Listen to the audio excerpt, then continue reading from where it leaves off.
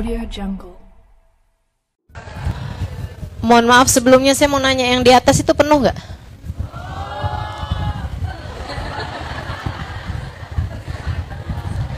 Ya baiklah, baiklah. Maksud saya kesian sama yang di luar, biar naik ke atas. Penuh ya? Ya udahlah ya. Maaf ya yang di luar sana kepanasan.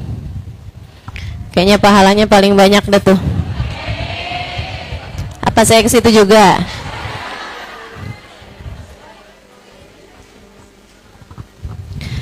Assalamualaikum warahmatullahi wabarakatuh. Alhamdulillah rabbil alamin, bihi nasta'in ala umurid dunya waddin. Wassalatu wassalam ala asyrafil anbiya wal mursalin sayyidina wa maulana Muhammadin wa ala alihi wa sahbihi ajma'in. Subhanaka la ilma lana illa ma 'allamtana innaka antal alimul hakim. Rabbi syrah li sadri wa yassir li amri wahlul 'uqdatan min lisani yafqahu qawli. Amma ba'du. Alhamdulillah, teman-teman serius sekalian, hari ini kita terakhir buka kitab. 2 minggu yang akan datang bertepatan dengan tanggal 14, karena ini hari terakhir dari bulan Rajab ya. 2 minggu yang akan datang itu bertepatan tanggal 14 Sya'ban, yang artinya malamnya berarti malam nisfu Sya'ban. Karenanya ini saya umumin sekarang, nggak usah ada yang pada nanya lagi ya. Jadi untuk 2 minggu yang akan datang, ibu-ibu jam ngajinya berubah. Lebih ada ruangan di kamar. Oh ya. Yang di depan-depan bisa masuk ke dalam kamar, masih ada space, masih ada tempat untuk beberapa orang di situ ya. Jangan ketiduran. Di kamar tahu-tahu pas buka udah lagi pada tidur semua.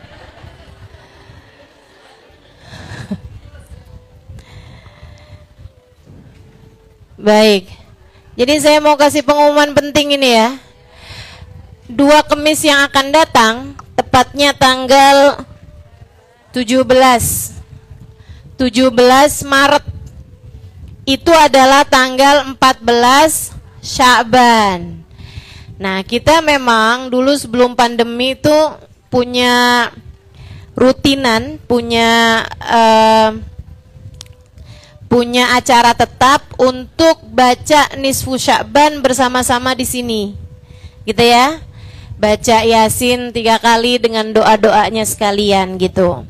Nah, jadi karena memang Kemisnya kan biasa kajian, kita biasa kajian kan jam 1 nih ya. Untuk 2 Kemis yang akan datang, kita jadwal kajiannya mundur di waktu asar, biar ibu nggak kelamaan dari siang sampai ke malam gitu, biar jangan kelihatan kayak anak bandel gitu, pergi kagak pulang-pulang dari siang sampai malam ya, dari pagi malahan. Wah tuh bahaya kan. Jadi nanti kajiannya dibikin ba'da asar ya. Ibu-ibu datangnya, pokoknya kita mau yang sholat asar di sini boleh begitu ya, mau yang habis selesai sholat asar datang boleh. Saya datangnya ke sini ba'da asar, berarti kita mulai kajian tuh jam-jam setengah 4, jam 4 lah gitu kan, jam 4. Oh iya, jam 4 lah pokoknya. Jam 4 ibu-ibu pada kesini ya Bu ya. Kita mulai kajian jam 4 sampai ke jelang maghrib. Habis selesai sholat maghrib kita langsung baca-baca malam nisfu, bacaan-bacaan yang dibaca malam nisfu. Jadi ibu-ibu jangan lupa, datangnya nanti bawa mukena, bawa sejadah ya Bu ya. Gak usah bawa air, ntar bawa sama ember sekalian gitu ya. Gitu. Nah jadinya udah siap tuh datang ke sini untuk sholat maghrib berjamaah, untuk sholat isya juga berjamaah, ibu ya. Sekalian juga untuk baca-baca. Jadi bawa semua tuh peralatan-peralatannya. Maksudnya dibawa yang ibu-ibu perlu bawa, gitu kan? Dari bacaan Yasin dan lain sebagainya. Gitu ibu ya. Insya Allah. Pengumuman ini saya sampaikan sekarang untuk jadi pengetahuan. Jadi untuk 2 minggu yang akan datang, kita kajiannya mundur dari yang biasanya jam 1 menjadi jam 4. Jam 4 asar. Jadi kita mulai dengan kajian, kemudian sholat maghrib berjamaah, kemudian kita membaca bacaan-bacaan malam nisfu. Insya Allah. Seperti itu ya Bu ya. Mudah-mudahan Allah tidak halangkan kita dari kebaikan-kebaikan, insya Allah. Mudah-mudahan rencana kita dimudahkan oleh Allah Subhanahu wa taala, insya Allah, dan dikaruniakan ijabahnya. Baik, kita akan lanjutkan kajian kita yang kemarin di bab hasud, di bab hasad ya. Kemarin ya, halaman berapa tuh kemarin? 406. Nah, sekarang kita akan lanjutkan kembali kajian kita ini.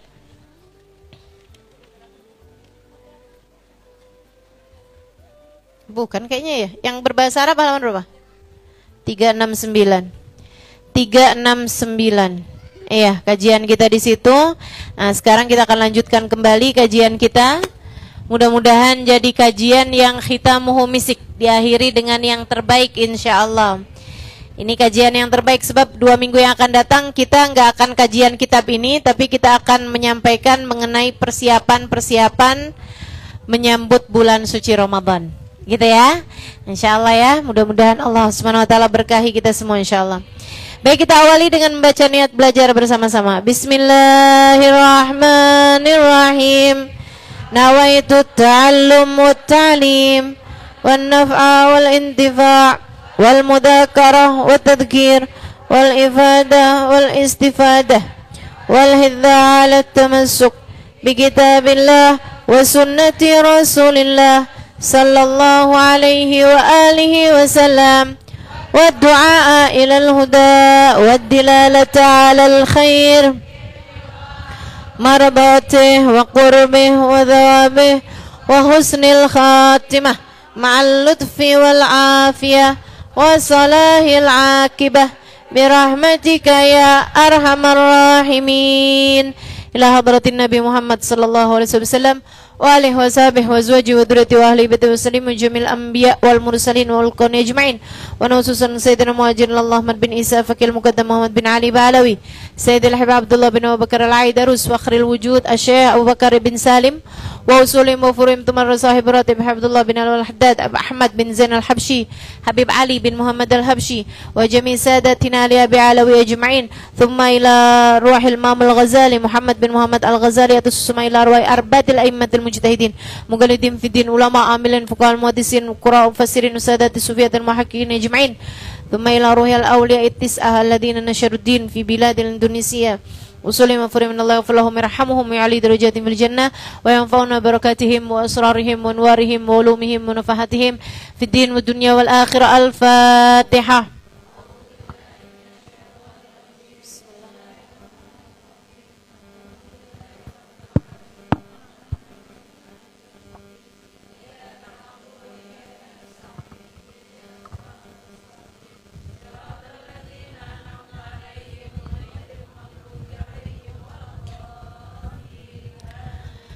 Bismillahirrahmanirrahim. Wa amma hubbus syarr li ahadin minal muslimin, halaman 368 yang berbahasa Arab dan halaman 406 berbahasa Indonesia atau yang cetakan terbaru 603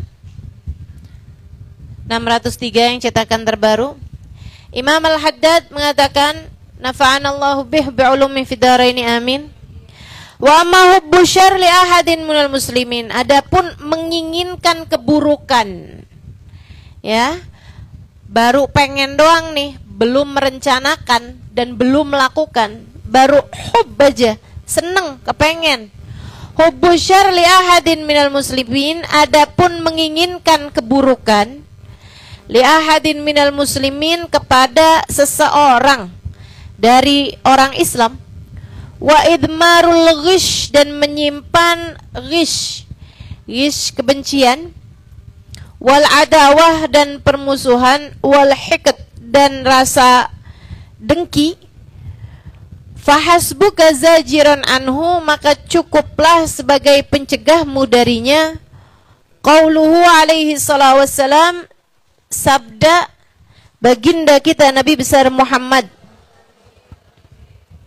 sallallahu alaihi wasallam, la yu'minu ahadukum, tidak beriman ahadukum, seseorang di antara kalian, tidak dianggap beriman seseorang di antara kalian, hatta yuhibba li akhi, sampai dia senang buat orang lain, ma yuhibbu li nafsi, apa yang dia senangi untuk dirinya sendiri. Dirinya sendiri senangnya diapain? Senangnya dihormati. Maka dia harus senang menghormati orang lain. Dirinya sendiri senangnya dikasih. Maka dia harus senang kalau ada orang lain dikasih. Dirinya sendiri senang kalau dapat rezeki. Maka mesti senang kalau dengar orang lain dapat rezeki. Dirinya sendiri kepengen kalau disayang sama suami sendiri tentu saja ya. Harus seneng kalau denger orang disayang sama suaminya dia, maksudnya suaminya dirinya sendiri. Jelas ya maksud saya ya. Bukan suaminya dia, bukan, tapi suaminya orang itu maksudnya. Jadi nggak hasut gitu kan kalau ngelihat orang lain disayangin sama suaminya masing-masing ya. Kok jadi keribet-libet begini nih ngomongnya nih. Jadi apa yang dia senengin untuk dirinya sendiri, mesti seneng juga kalau itu terjadi sama orang lain.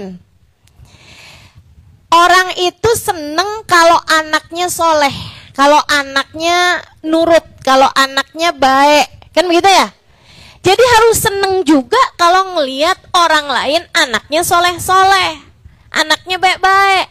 Jangan seneng kalau ngelihat orang lain anaknya nakal. Alhamdulillah, alhamdulillah anak saya emang gak kayak gitu. Alhamdulillah, liatin tuh anak orang tuh kayak gitu tuh, gak pada pinter didiknya. Kok seneng ya orang lain susah gitu. Ya Allah, khair insyaallah teman-teman. Mudah-mudahan Allah jauhkan dari hati kita rasa enggak seneng orang lain seneng. Allah jauhkan dari rasa hati kita seneng lihat orang lain enggak seneng. Gitu ya. Mudah-mudahan jauh rasa tersebut dari hati kita. Biar hati kita seneng kalau orang lain seneng, dan enggak seneng kalau orang lain enggak seneng. Berbahagia dengan kebahagiaan orang lain dan susah dengan penderitaan orang lain. Itu sejatinya orang Islam tuh kayak begitu. Sejatinya orang Islam tuh kayak begitu. Dimulai dari pimpinannya Nabi besar Muhammad alaihi salam, Allah menceritakan tentangnya, azizun alaihi ma anittum. Berat baginya musibah yang menimpa kalian. Berat baginya ujian yang menimpa kalian. Tuh Nabi besar Muhammad alaihi salam. Nah, kita juga mesti belajar buat seperti itu. Orang lain susah, kita ikut susah. Orang lain senang, kita ikut senang. Jangan malah nyukurin kalau orang lain dapat kesusahan, dan juga hasut, iri, dengki, suuzon kalau orang lain dapat kesenangan. Orang lain beli mobil, palingan tuh jaga lilin.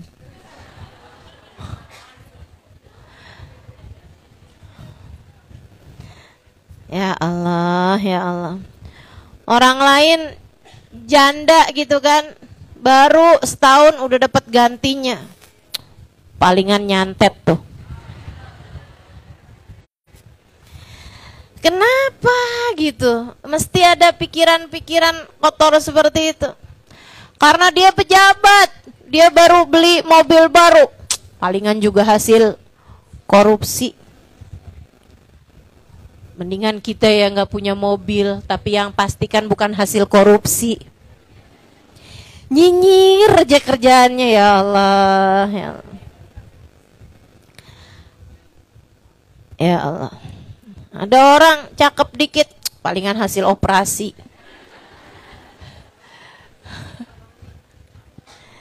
Inna lillahi wa inna ilaihi raji'un. Ya Allah, mesti yang senang lihat orang lain senang dan ikut susah ketika mendengar kesusahan orang lain. Wa qala alaihi salatu wassalam, Nabi Muhammad alaihi salatu wassalam mengatakan, man ghasyal muslimin falaysa minhum. Man ghasyal muslimin falaysa minhum. Man ghasyana falaysa minna. Kata Nabi Muhammad, siapa yang nipu al-muslimin, orang Islam, falaysa minhum, dia tidak termasuk dari kelompok orang Islam. Bahaya nih, bahaya nih. Dosa tuh seapa-apanya, emang gak pernah bagus sih dosa. Tapi seapa-apanya mendingan dosa tuh antaramu sama Allah. Jangan dosa antara kamu sama sesama hambanya Allah, sama manusia. Urusannya berat, teman-teman. Dosa kalau antara kita sama Allah, emang sekali lagi dosa mah gak pernah bagus ya.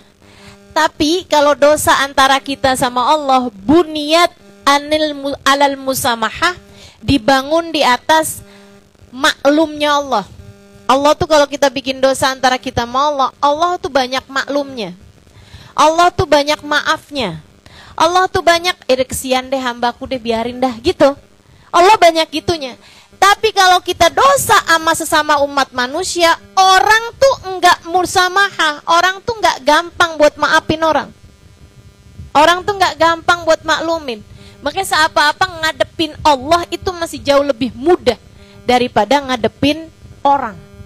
Kalau ngadepin orang, apalagi ngadepinnya ntar di akhirat, berat teman-teman, berat. Man ghasyal muslimin falaysa minhum. Kata Nabi Muhammad, siapa yang nipu orang Islam, falaysa minhum, dia tidak termasuk dari kelompok orang Islam. Hadis ini dengan lafal man ghasyana falaysa minna, siapa yang nipu kita, dia tidak termasuk dari kelompok kita. Maksudnya siapa yang nipu kita, siapa yang nipu orang Islam, falaysa minna, dia tidak termasuk dari kelompok orang Islam. Disampaikan Nabi Muhammad ketika Nabi Muhammad lagi jalan-jalan ke pasar. Bu, Nabi itu jalan ke pasar. Kenapa? Karena itu bagian dari perekonomian umat. Ya. Jadi kita juga bagus saja jalan-jalan ke pasar. Enggak bagus. Enggak bagus. Ya. Karena kamu bukan orang yang secara langsung berkaitan sama perekonomian umat, gitu kan ya? Kecuali kalau kamu emang kerjanya di pasar, ya itu silahkan aja. Atau kamu belanja di pasar, begitu kan ya? Untuk dagangan kamu, maksudnya dalam artian memang memiliki kebutuhan terhadap pasar, silahkan aja gitu. Akan tetapi kalau kamu iseng-iseng pasar yuk, nah itu jangan, gitu ya. Iseng-iseng jalan-jalan ke pasar, nggak ada kerjaan, cari tahu harga cabai yuk. Itu kan, iseng gitu ya, pergi ke pasar. Nabi Muhammad alaihissalam pergi ke pasar nih, Nabi nih, pengen tahu kondisi umat Islam seperti apa. Dan ini sering Nabi Muhammad lakukan ketika Nabi Muhammad sudah di Madinah. Karena memang di Madinah tuh peradaban Islam sedang dibangun. Salah satu peradaban itu kan adalah pasar. Bagian dari peradaban gitu ya, bagian dari budaya suatu umat itu kan juga ada di pasar-pasarnya gitu. Jadi Nabi pergi ke pasar. Waktu di Mekah, Nabi itu juga pergi ke pasar. Buat apa? Nah, pasarnya kan bukan pasarnya orang Islam. Iya, belum. Akan tapi Nabi pergi ke pasar buat berdakwah. Karena pasar tempat datangnya orang luar kota. Zaman dulu tuh, zaman Nabi Muhammad di Mekah, ya sampai Nabi Muhammad wafat, pasar itu nggak tiap hari. Itu ada hari-harinya. Ada tanggal-tanggalnya, tanggal sekian, pasar Ukad, gitu ya. Tanggal sekian, pasar apa, gitu. Jadi itu ada musim-musimannya. Nanti pasar Ukad di Mekah, nanti pasar apa di mana, nanti pasar apa di mana, kayak gitu. Jakarta dulu juga gitu. Makanya ada pasar Minggu. Bukanya cuma Minggu tuh dulunya. Pasar Senin, bukanya cuma Senin doang. Dulunya pasar Kemis, bukanya tiap Kemis. Jadi kalau Kemis orang perginya ke pasar Kemis. Kalau Senin perginya ke pasar Senin. Yang kagak ada pasar Selasa ya? Selasa gak ada ya? Senin ada, Rebo ada kan? Kemis ada, Jumat ada. Sabtu ada gak? Sabtu gak ada juga? Pasar Minggu ada. Selasa sama Sabtu gak ada ya? Kenapa itu?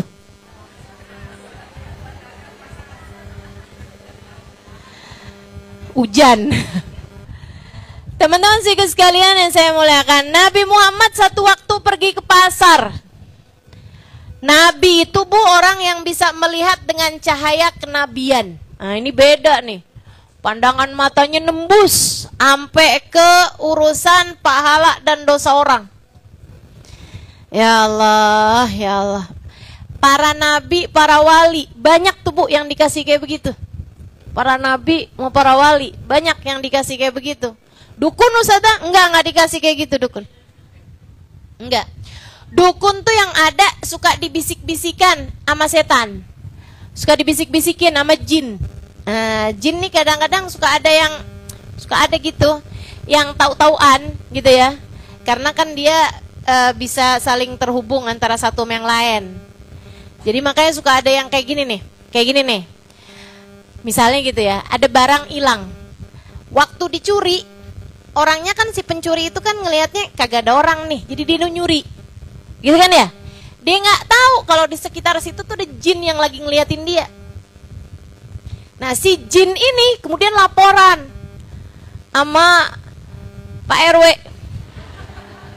Pak RW-nya bangsa jin, jangan dikira kagak ada.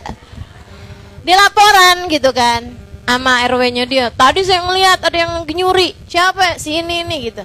Nah informasi itu yang seringkali disebarkan antar sesama jin ke para dukun yang urusannya menjin tuh, ya. Terus dikasih tahu gitu kan. Siapa yang ngasih tahu? Jin, gitu. Ada dukun, ada juga sih ulama-ulama yang juga murid-muridnya terdiri dari jin. Bangsa jin berguru juga sama dia. Kalau saya enggak. Ini jangan ada yang nanya ya sama saya ya. Ustazah kemarin dompet saya hilang di mana dah Ustazah? Tanyain kali Ustazah, kali murid Ustazah ada yang jin? Enggak, saya enggak punya murid jin, enggak punya murid orang. Punyanya temen. Tapi temen juga orang doang, kagak ada yang jin. Nabi kemudian pergi ke pasar itu ngeliat dengan pandangan kenabian beliau. Nih pandangan yang nembus sampai ke dosa dan pahala orang. Pandangan yang nembus sampai ke hati orang. Nabi ada nyamperin seorang pedagang gandum. Kalau di kita mah beras gitu ya. Nabi masukin tangannya ke tumpukan gandum yang lagi dijual itu. Tuh, cahaya kenabian, Bu. Cahaya kenabian. Nabi masukin tangannya ke sana, kemudian ngeluarin lagi seraya nanyain, "Mahadza?" Kata Nabi, "Ini apaan nih, kenapa begini nih?" Gandumnya basah. Ibu, kalau gandum basah sama kayak beras basah, itu terjadi dua hal, Bu, penipuannya. Yang pertama, dia jadi lebih berat karena ada beratnya air. Ya. Yang kedua, jadi cepet busuk. Cepet rusak, Bu. Karena kan ada basah-basahannya tuh di dalam. Gitu loh. Jadinya cepet rusak. Kata Nabi Muhammad alaihissalam, "Ini apaan nih? Kok gini nih, kok basah nih?" Asabahul ma ya Rasulullah. Iya Rasul, kena hujan. Kata Nabi Muhammad, "Halla tajaluhu fawq." Bener, emang kena hujan, bener. Tapi maksudnya Nabi, "Halla taj'aluhu fawq hatta ya'rifuhun nas." Kenapa kamu nggak bikin ini yang basah ini di atas, biar orang lihat, biar orang tahu kalau ada aib satu barang jangan ditutupin, akan tetapi dikasih lihat. Oh, gitu. Teman-teman saya sekalian, kalau jual sesuatu ada cacatnya kasih tahu. Nabi kemudian menyampaikan, man ghasyana falaysa minna. Man ghasyana falaysa minna. Siapa yang menipu orang Islam, maka dia tidak termasuk dari kelompok umat Islam. Siapa yang menipu kita, kata Nabi Muhammad, maka dia tidak termasuk dari kelompok kita. Serem bener, gak masuk dalam kelompok kita. Makanya tuh yang suka ngurangin timbangan, yang suka nutup-nutupin celaknya barang, Ibu ya. Apalagi nih yang zaman-zaman sekarang nih, online-onlinean nih Bu nih. Kadang-kadang ada yang tipuan-tipuan nih Bu ya. Fotonya mah gede gitu kan kelihatannya, koper, yang datang kopernya boneka.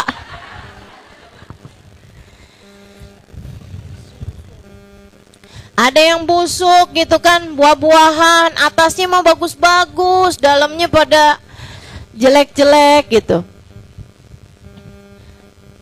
Paling banyak sih ngurangin timbangan itu tadi tuh. Tuh. Walaupun kelihatannya itu banyak secara materi, akan tetapi itu hasil dari nipu orang Islam, nggak ada berkahnya. Nggak ada berkahnya, kosong, melompong, busuk dalamnya. Naudzubillah min dzalik. Teman-teman saya sekalian yang saya muliakan, hati-hati itu. Man ghasyana falaysa minna. Yang nipu orang Islam tidak termasuk dari kelompok umat Islam. Jangankan yang terang-terangan nipu orang gitu. Jangankan yang terang-terangan nipu orang. Yang kayak sebenarnya kecil aja tapi niat nipu orang itu nggak kecil loh di hadapan Allah. Niat nipu orang nggak kecil di hadapan Allah. Teman-teman saya sekalian, di zamannya Imam Malik bin Anas. Imam Malik ini gurunya Imam Syafi'i alaihi ridwanullah. Satu waktu ada orang lagi sakaratul maut, ruhnya nggak keluar-keluar. Tiap kali ditalkin la ilaha illallah, dibilang timbangan. Di mulutnya dia tuh kayak ada timbangan gitu, ngalangin dia untuk bisa mengucap kalimat la ilaha illallah. Didatengin Imam Malik ke sana. Memang di daerah tempat Imam Malik ya. Imam Malik samperin, datengin, kata Imam Malik, coba pecahin timbangannya. Mana dia punya timbangan emang nih? Iya, Tuan, punya timbangan, jualan. Yaudah bawa ambil timbangannya di sini. Diambil timbangannya, pecahin sama Imam Malik. Talkin lagi, gak bisa juga. Kata Imam Malik, ya udahlah emang gitu ceritanya, mau gimana lagi, ya udah biarin aja.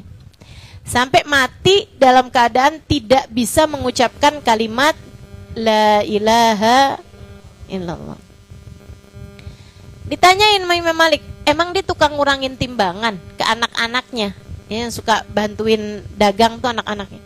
Kata anak-anaknya, terang-terangan ngurangin timbangan sih nggak pernah Tuan, tapi kalau lagi ngebersihin barang, itu kalau yang bagian naroin barang tuh, ya, itu dia nggak bersihin banyak-banyak gitu. Tapi yang bagian naroin beratnya, kan ada yang bagian naroin bandulnya, naroin beratnya, sama bagian naroin barang kan.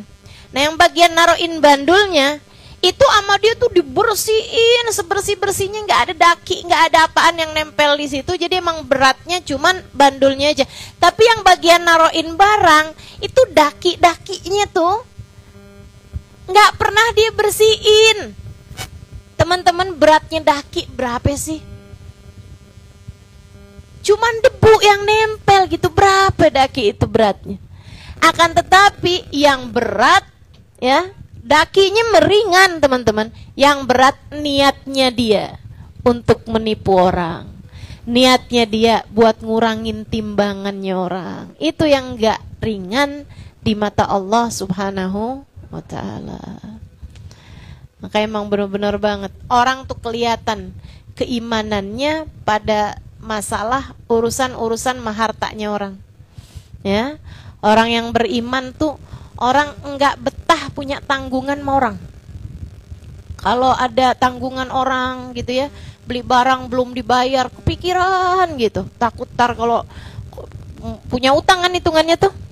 Tar kalau saya mati sebelum bayar utang gimana nih, pikiran. Orang beriman tuh takut sama urusan begituan. Nah, orang kalau kurang-kurang berimannya nih, slow aja gitu. Alhamdulillah punya utang kagak ditagih. Semakin gak ditagih, semakin kesempatan gitu buat dia gitu. Mudah-mudahan dia lupa, mudah-mudahan dia lupa. Dia nggak tahu, kalaupun si orangnya lupa, malaikat nggak pernah lupa. Kalaupun orangnya lupa, di sisi Allah semuanya tercatat. Dan nanti harus dia bayar. Pakai apa? Pakai amal ibadah dia, kata Nabi Muhammad, satu danik itu kayak 5.000 perak duit kita nih. Itu mesti dibayar 70 sholat fardu yang diterima sama Allah. 70 sholat fardu yang diterima sama Allah. Kalau sholat sunnah berapa? 1 rakaat fardunya dibayar sama 70 rakaat sunnah. Jadi 70 kali fardu dikali 70 lagi berapa tuh? 70 kali 70 berapa sih coba?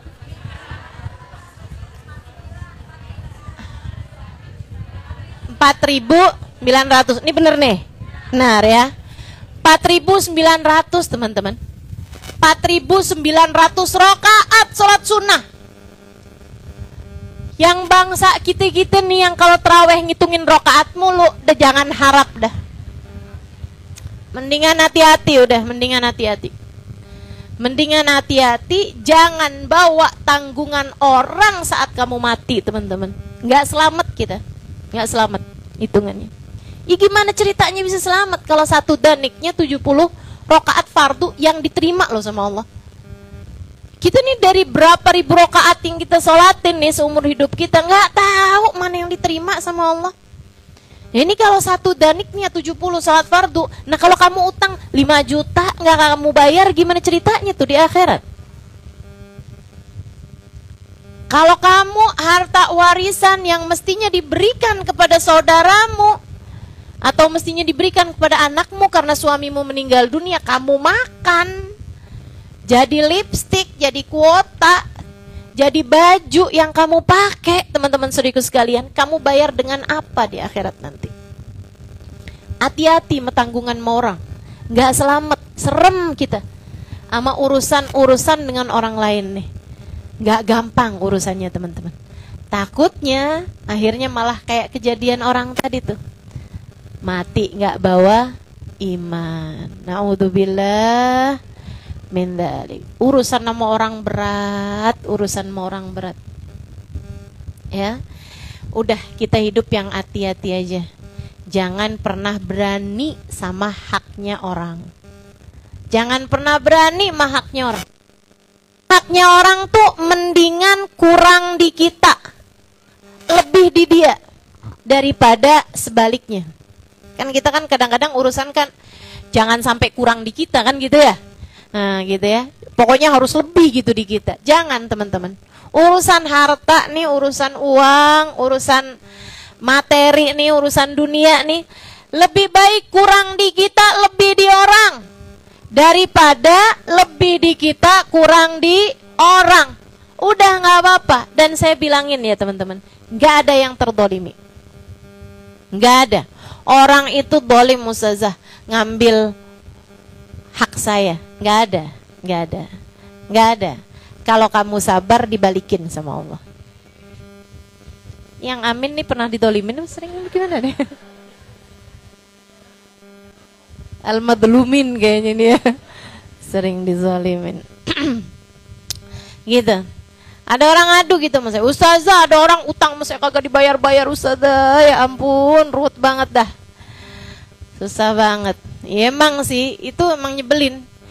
Tapi kalau kamu ikhlas, teman-teman saya sekalian, maksudnya ikhlas sih gimana? Ya habis gimana sih ya? Ditagih juga dia nggak mau bayar, gimana coba tuh? Kadang-kadang galakan dia daripada kita yang nagih. Sampai kita yang jadi takut gitu sama dia. Padahal dalam Islam ya, dalam Islam ini saya kasih tahu aja hukumnya dalam Islam. Hukum dalam Islam itu orang kalau punya utang sama orang nggak dibayar-bayar, udah ada perjanjiannya gitu, nggak dibayar-bayar, itu boleh loh. Yang punya uang itu ngambil barangnya dia, boleh gitu. Jadi kamu masuk ke rumahnya gitu ya, kemudian kamu liatin gitu kan, ada motor, bawa aja.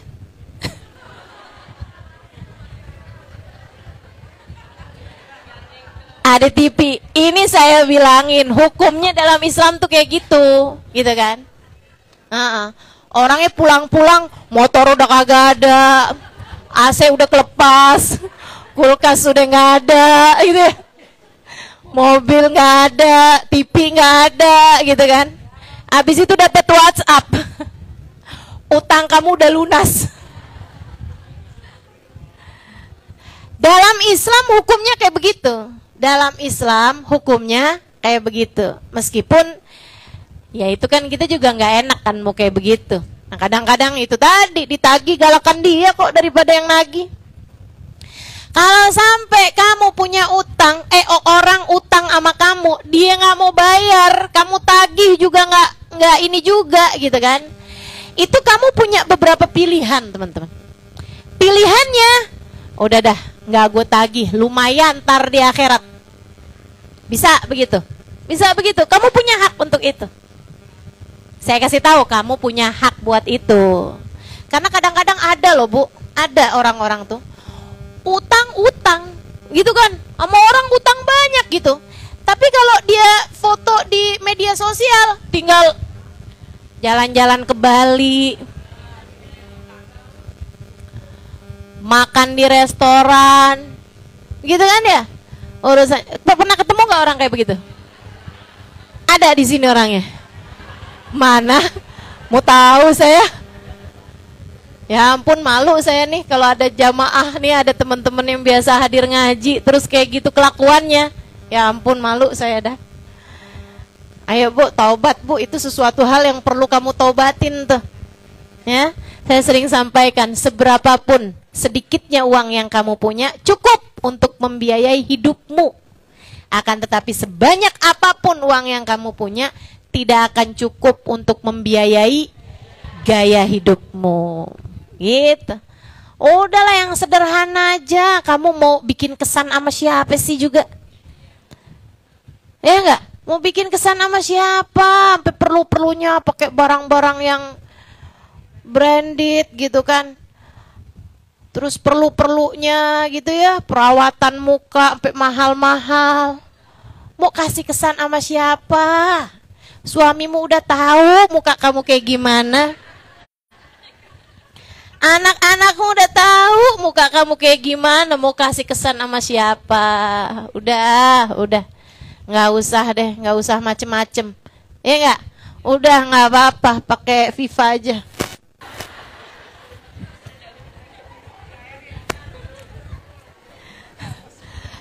Ada tuh, apa tuh yang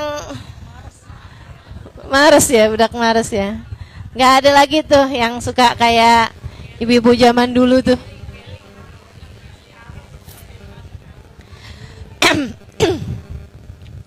Jadi udah deh, itu ya, nggak usah yang macem-macem. Pilihannya ada beberapa pilihan. Itu pilihan pertama. Kalau ada orang utang sama kamu, dia nggak bayar-bayar, bisa aja, boleh aja. Kamu datengin rumahnya, kamu ambil barangnya gitu, boleh. Dalam artian itu tidak disalahkan. Dalam aturan Islam ya, saya nggak tahu aturan pemerintahnya kayak gimana, saya nggak tahu deh tuh. Saya lagi ngomong dalam aturan agama Islam. Karena kamu punya hak gitu. Tapi nggak boleh lebih daripada hutang yang kamu hutangkan sama dia itu, gitu kan. Utangnya 1 juta ngambilnya motor. Nah, itu mah ya garong itu mah namanya. Satu pilihannya tuh, satu gitu kan. Pilihan yang kedua, ini yang banyak ditempuh sama para orang-orang saleh. Mereka mengikhlaskan hutang tersebut. Agak berat. Kan saya bilang berat nih. Mereka ikhlaskan hutang tersebut mereka halalkan di sisi Allah Subhanahu wa taala. Dan biasanya yang kayak gini nih, Allah yang nanti akan membayarkannya. Tapi ikhlasnya beneran ikhlas, nggak sambil ngomel-ngomel gitu. Jadi pilihannya gini kalau kamu punya utang ya, dia bayar atau Allah bayar. Nggak bisa dua-duanya, gitu ya. Nggak bisa dua-duanya. Kamu minta dia bayar atau kamu minta Allah yang bayar gitu. Jangan sampai kamu nggak dapat dua-duanya nih. Udahlah nagih dia susah begitu kan. Kamu ikhlaskan, kamu halalkan juga kamu berat. Akhirnya kamu nggak dapat dua-duanya. Jadi lebih baik udah pilihannya gitu. Antara kamu tagih dia sampai dia bayar, jadinya hati kamu udah enak, dia juga enak.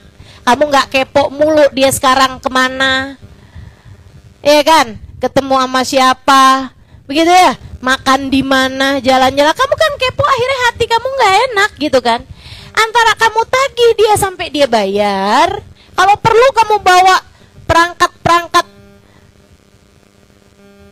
Maksudnya kayak apa sih itu namanya? Kayak polisi gitu. Iya, aparat. Kok saya ngomongnya perangkat ya? Kayak perangkat sholat gitu ya?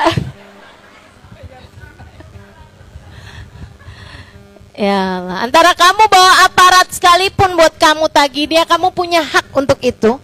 Nggak apa-apa, bukan berarti kamu jahat. Emang dia yang ngutang kok, gitu kan? Antara begitu atau pilihannya kamu ikhlaskan Allah yang bayar. Ya Allah, saya halalkan lillahi ta'ala, saya anggap sebagai sedekah saya buat dia ya Allah. Saya halalkan, nggak akan saya tuntut, nggak di dunia, nggak di akhirat, saya halalkan ya Allah. Gitu.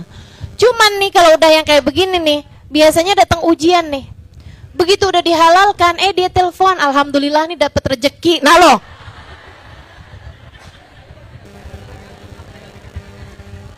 gimana nih Ustazah? Kalau kayak gitu gimana Ustazah? Saya udah halalin loh Ustazah. Tahu-tahu dia bayar, gimana tuh? Ya bukan duit kamu tuh. Duitnya siapa Ustazah? Duit Allah, karena kamu sudah menghalalkannya.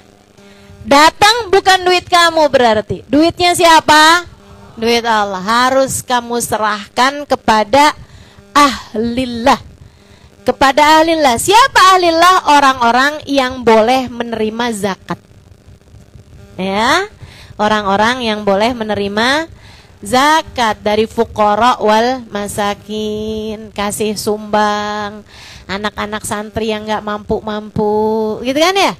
Kasih tuh ke orang-orang janda-janda miskin, anak-anak yatim, tuh karena uangnya udah bukan uang kamu lagi. Diganti Ustazah, diganti sama Allah, tenang aja. Allah tuh sampai bilang urusan sedekah ini sebagai utang kok. Nah kalau udah utangnya sama Allah Subhanahu Wa Taala nggak mungkin nggak dibayarin, pasti dibayarin teman-teman. Dan saya sih ya kalau ngelihat urusan dunia, ini saya kasih tahu nih, biar kamu lega sama urusan dunia, enak gitu. Saya punya prinsip dari zaman dulu kayak begini nih, urusan dunia ini ya, nggak ada yang gratis dan nggak ada yang sia-sia. Nah itu teorinya, nggak ada yang gratis dan nggak ada yang sia-sia. Nggak ada yang gratis dan nggak ada yang percuma, nggak ada yang sia-sia gitu. Maksudnya nggak ada yang gratis apa? Nih teman-teman saya sekalian, kalau kamu ngambil sesuatu kelihatannya gratis, jangan salah, itu nggak gratis. Misalnya bukan hak kamu tapi kamu ambil, itu kan kayak kamu ngambil sesuatu gratis, iya kan? Kamu ambil sesuatu dengan gratis, nggak ada yang gratis teman-teman. Pejabat yang korupsi, dikirain gratis harta yang dia ambil, pasti diambil balik sama Allah. Pasti diambil balik sama Allah. Yang gratis-gratis itu nggak pernah gratis teman-teman saudaraku sekalian, pasti diambil balik sama Allah. Kamu kok ngambil yang bukan hak kamu nih? Kamu kirain gratis, oh nggak ada yang gratis kata Allah. Nanti aku ambil lagi. Dan seringnya Allah ketika ngambil balik bukan uang loh yang diambil sama Allah, berkah, ibadah, kesolehan. Makanya teman-teman saya sekalian, mohon maaf, coba deh perhatiin. Orang-orang yang korupsi, ada nggak yang anaknya soleh-solehah? Kagak ada. Orang-orang yang kerjanya dari sesuatu yang haram, hasil nipu, hasil nilang. Maaf ya, polisi kerjaannya tukang nilang mulu. Dia kirain dia dapat duit secara gratis tuh dengan hasil nilangnya tadi itu. Saudaraku sekalian yang saya muliakan, tuh uang kan diambil gratis, diambil balik sama Allah ya. Sembarangan aja kamu kirain duitnya gratis, nggak ada. Saya ambil, kata Allah. Diambil balik sama Allah. Berupa apa? Anaknya kecelakaan. Ada yang anaknya kena narkoba. Ada yang kena kasus sampai harus bayar ratusan juta buat pengacara. Kan begitu? Tidak ada yang gratis. Nggak ada yang gratis. Jangan salah. Tidak ada yang gratis. Begitu kan? Satu, nggak ada yang gratis. Jadi jangan pernah berani ngambil yang bukan hakmu karena nggak ada perkara gratis. Ini urusan dunia nih. Sama yang keduanya teman-teman saudaraku sekalian, nggak ada yang sia-sia. Nggak ada yang percuma. Misalnya gitu ya. Kamu bikin kebaikan sama orang, mestinya dibayar, tapi ternyata dia nggak bayar. Ada dokter, misalnya gitu ya, ngobatin pasien, tapi ternyata pasiennya nih nggak bisa bayar. Akhirnya dokternya bilang, udah nggak usah bayar, nggak apa-apa. Ini malahan saya kasih obat nih, gitu kan ya? Dah, silahkan ambil aja. Dia mestinya dapat uang loh dari ngobatin orang itu, tapi dia nggak dapat uang. Kan gitu kan? Kayaknya kan sia-sia tuh. Kayaknya kan keluar apa yang mestinya dapat uang, kayaknya nggak dapat uang. Kayaknya kan sia-sia. Kayaknya kan percuma, tapi nggak ada yang percuma. Nggak ada yang sia-sia. Allah akan bayar. Allah akan bayar. Dan Allah tuh kalau bayar, satu, kalaupun berupa uang, dilipat gandain sama Allah. Satu. Dua, seringkali Allahnya nggak bayar berupa uang, teman-teman. Akan tetapi berupa keberkahan, kesolehan, cinta kasih, kasih sayang dalam rumah tangga, kemudahan urusan, ijabahnya doa. Ibu, saya tanya, Bu, saya tanya. Ibu punya anak, ya Bu ya, umur 17-18 tahun, jam 2 malam ibu suka ngeliatin ada suara nih di kamar anak ibu. Pas ibu buka, anak ibu lagi sholat tahajud. Umur 17-18 tahun. Ibu, senengan mana ibu punya anak kayak begitu dengan ibu punya anak umur 25 tahun bahkan 17-18 tahun udah bisa jadi YouTuber ngasih ibu duit. Senengan mana saya tanya? Serius? Serius? Yakin?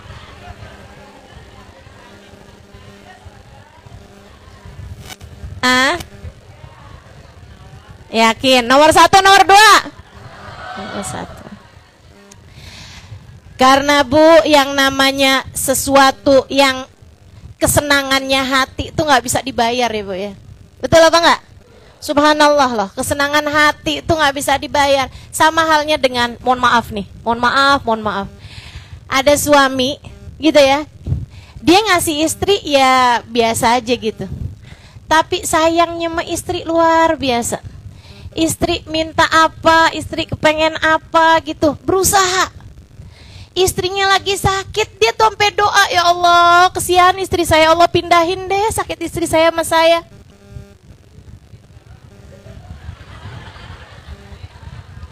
Ini yang ketawa nggak pernah digituin ya sama suaminya.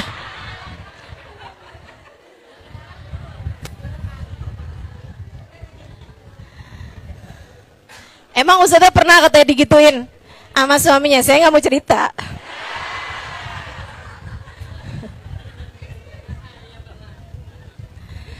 Teman-teman sekalian saya muliakan, kamu punya suami yang cinta sayang sama kamu, ya, ngasih secara materi biasa aja gitu, kalau dia punya dia kasih, begitu kan ya.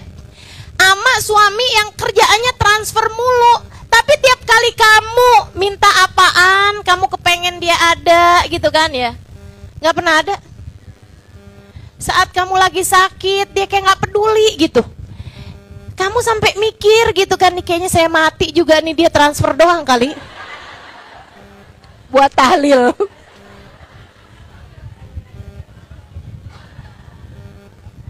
Senengan mana coba? Yang pertama apa yang kedua?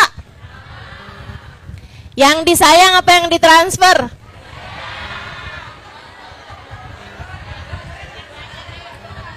Dua-duanya ustazah.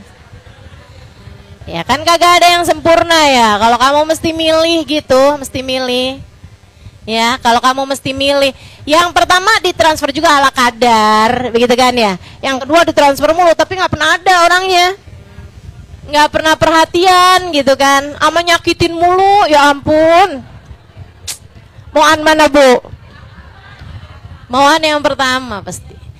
Karena kesenangan hati itu nggak bisa dibeli uang, nggak bisa dibeli sama uang. Orang dengan uangnya cuman bisa beli kasur, nggak bisa beli tidur. Betul? Betul bu? Kamu punya duit banyak ya bu ya, cuman bisa beli obat, beli dokter, bayar dokter, nggak bisa beli kesehatan. Yang bisa ngasih kesehatan, yang bisa ngasih tidur, yang bisa ngasih kedamaian hati, kesenangan hati, ketentraman hati cuman satu, namanya Allah. Maka kamu harus tahu, nggak ada sesuatu hal yang kamu lakukan dengan sia-sia. Semua kebaikan yang selayaknya mestinya dibayar, kalau nggak dibayar, Allah yang akan bayar. Makanya saya mah bu nggak pernah ada urusan sama urusan misalnya gitu. Ustazah kalau mau ngundung ustazah itu amplopnya berapa? Nah itu nggak ada urusan saya sama dia. Saya nggak ada urusan sama amplop.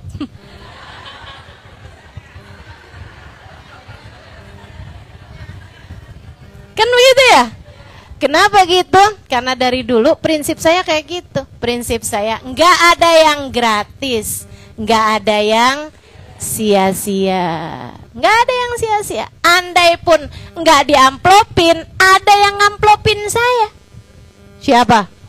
Allah.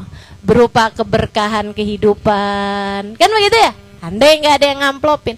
Kalau ada yang ngamplopin, ya nggak apa-apa juga. Ya kan begitu. Tapi saya nggak minta. Tapi saya nggak pernah nuntut. Tapi saya tidak pernah mempermasalahkan. Ibu-ibu serius sekalian yang saya muliakan, saya mah bu urusannya mah jadwal sama waktu doang bu. Orang kalau ngundang saya susah gitu kan, urusannya bukan urusan sama si amplop. Oh gak ada, urusannya cuman sama waktu. Urusannya cuman sama waktu. Jadi ibu salah tuh, ustazah kok saya ngundang udah 3 tahun kagak pernah bisa deh ustazah. Emang ustazah amplopnya berapa sih? Nah, salah paham tuh kalau yang kayak gitu. Makanya saya kalau belakangan nih banyak banget, ustazah gimana cara undang ustazah? Gampang saya bilang, gimana ustazah? Ustazah gitu, saya noleh.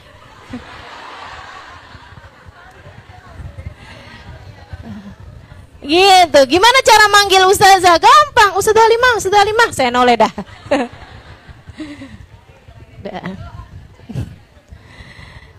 Gitu ya. Udahlah nggak usah pakai segala diundang, hadir aja di majelis. Gitu kan ya? Kan enak tuh, jadinya bisa dapat ilmunya, nggak usah susah-susah atur-atur majelis, begitu kan? Insya Allah mudah-mudahan Allah kasih ilmu yang manfaat buat kita sekalian. Kalau kita udah tahu prinsipnya ibu-ibu serius sekalian, enak nih. Misalnya gitu ya, kamu kerjain dengan profesional tugasmu sebagai seorang istri.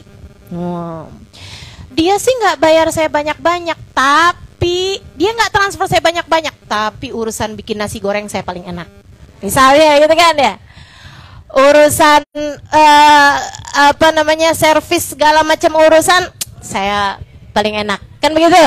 Ibu-ibu sih sekalian yang saya muliakan, karena kamu tahu bahwa dalam kehidupan ini tidak ada yang sia-sia. Nggak ada yang gratis, nggak ada yang sia-sia. Jadi nggak usah, ibu-ibu sih sekalian, nggak usah ruwet-ruwet sama urusan orang bisa ngasih kamu apa, orang nggak bisa ngasih kamu apa. Pemberi hakikinya cuman satu, Allah Subhanahu wa taala. Urusan kamu nih di atas muka bumi ini, jangan suka main urusan sama orang. Ribet urusan sama orang. Urusannya langsung aja kepada Allah Subhanahu wa ta'ala, gitu ya. Karena nih kalau kita suka nipu orang, aduh urusannya berat banget dah. Man ghasyana falaysa minna, man ghasyal muslimin falaysa minhum. Siapa yang nipu orang Islam, dia tidak termasuk dari kelompok umat Islam. Wa qala alaihi salatu wassalam, dan Nabi Muhammad alaihi salatu wassalam bersabda, in qadarta an tusbih wa tumsi wa laysa fi qalbika ghishun li ahadin faf'al wa dzalika min sunnati. Jika kamu mampu untuk masuk pagi dan masuk malam, di hatimu tidak ada kebencian terhadap siapapun, tidak ada ghish, tidak ada rasa enggak enak sama siapapun, faf'al, berusahalah kamu lakukan, wa dzalika min sunnati, itu adalah jalan hidupku, itu adalah sunnahku. Nih orang-orang yang suka ribet-ribet nih bilang, ini sunnahnya yang mana nih? Ini sunnahnya ada dalilnya apa enggak nih? Ini sunnah Nabi Muhammad. Sunnah Nabi Muhammad, hatinya enggak ada kebencian terhadap siapapun. Dia ribut-ribut urusan dalil, tapi sama si enong benci, sama si itu mengkafirkan, sama si itu membid'ahkan, sama si itu. Itu bukan sunnahnya Nabi Muhammad. Sunnahnya Nabi Muhammad, antusbih wa tumsi wa laysa fi qalbika syai'un li ahadin minal muslimin. Kata Nabi Muhammad, kamu dari pagi sampai datang malam lagi, hatimu nggak punya benci sama orang, nggak punya rasa dendam kesel sama orang, nggak punya rasa ya ampun nih kalau saya susahin tuh orang tuh enak tuh, nggak ada ceritanya kayak begitu. Nggak kepengen ngomong salah sama orang, nggak kepengen ngomong nggak enak sama orang. Nah itu dia nih, ini dia nih orang Islam yang sejati tuh kayak begitu. Kata Nabi Muhammad, usahakan. Ini adalah hadis Nabi Muhammad, disampaikan Nabi Muhammad sallallahu alaihi wa ala alihi wasallam kepada Sayyidina Anas ibn Malik alaihi ridwanullah, ya Anas antusbih wa tumsi wa laysa fi qalbika ghishun li ahadin minal muslimin. Dalam satu riwayat, wa laysa fi qalbika syai'un li ahadin minal muslimin faf'al. Wahai Anas, berusahalah kamu masuk pagi sampai masuk malam lagi, di hatimu enggak ada sesuatu sama orang, enggak enakan sama orang, enggak ada sesuatu yang masalah gitu, nggak ada permusuhan, nggak ada kebencian, nggak ada kesel-kesel sama orang, nggak ada rasa-rasa yang nggak enak sama orang.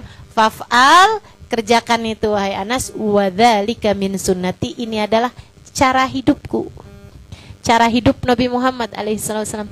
Jangan disangka cara hidupnya Nabi itu cuman sholat, baca Quran, baca zikir, enggak hanya itu.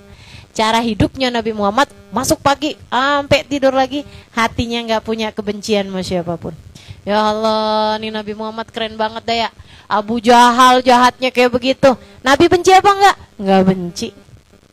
Sampai didoain masuk Islam loh sama Nabi. Bu, orang tuh kalau kesel banget, kadang-kadang tuh sampai nggak doain dia dapat hidayah loh, Bu. Betul apa enggak? Ada tuh satu orang, dia punya tetangga banyak orang-orang, mohon maaf ya, orang-orang Cina yang kerja di Tanah Abang, orang Petamburan, dia daerah deket-deket Tanah Abang gitu kan. Satu waktu ada engkoh-engkoh Cina dibilang sama dia gitu, dia bilang, aneh mau masuk Islam dong. Dibilang nih si engkoh-engkoh Cina nih, gimana caranya? Dia bilang, jangan masuk Islam, Islam berat kok, sholat 5 waktu, sebulan kok ada puasa, kagak boleh makan apa-apa kok dari subuh sampai maghrib, berat masuk Islam. Kok tahu nggak kok, dalam Islam tuh kok bukan cuman sholat sama puasa doang kok, disunat.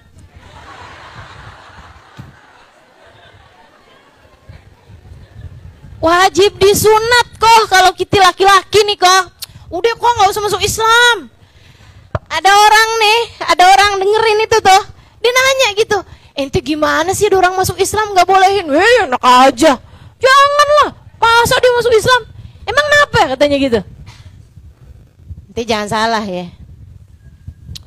Tanah Abang udah dikuasain sama dia, Mangga 2 udah dikuasain sama dia, Jakarta udah dikuasain sama dia, Indonesia udah dikuasain sama dia. Masa surga atu-atunya mau dikuasain juga?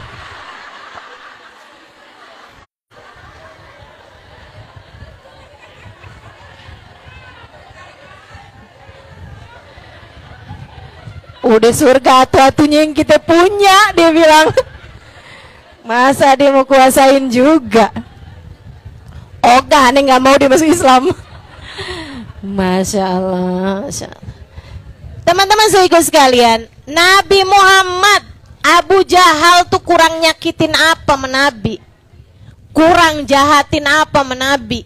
Saudaraku sekalian, nggak ada orang yang disebut namanya khusus sama Nabi dalam doa, ya Allah masukkan dia ke dalam Islam, kecuali dua orang, Amr bin Hisham yaitu Abu Jahal, atau Umar bin Khattab yaitu Sayyidina Umar.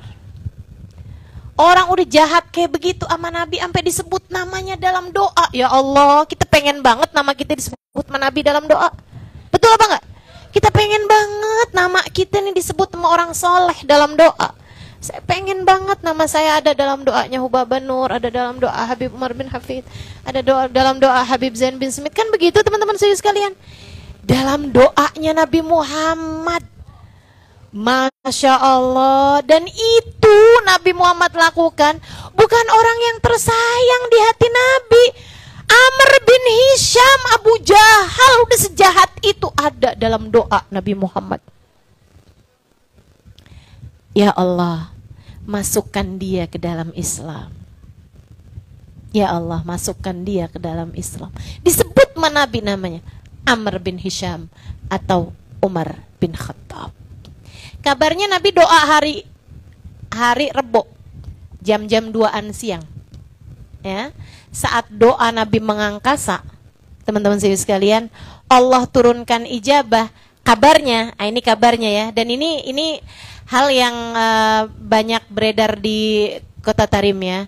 Ada dalam, kalau nggak salah ada dalam kitab Bughyatul Mustarsyidin, tapi wallahu a'lam. Artinya kalau teman-teman tanyain secara dalilnya, secara dalil hadisnya atau apa, saya nggak tahu deh tuh. Tapi ini banyak beredar di Tarim cerita ini, dan juga ada juga di dalam kitab Bughyatul Mustarsyidin kalau saya nggak salah. Itu waktu itu teman-teman saya sekalian, waktu ijabah doa itu turun, si Amr bin Hisham lagi kayak begini nih, Abu Jahal lagi kayak begini. Ini buat yang dengerin saya secara online, saya kasih tahu, sekarang ini saya sedang menautkan tangan saya antara yang kanan dengan yang kiri. Namanya dalam bahasa Arab tashbik, tashbikul asabi'ain ya. Mentasbik antara jari jemari tangan kanan dengan jari jemari tangan kiri. Ditashbik, ditautkan kayak gini nih. Ini kalau kamu lakukan, makanya saya nggak mau lama-lama dan ngerjainnya.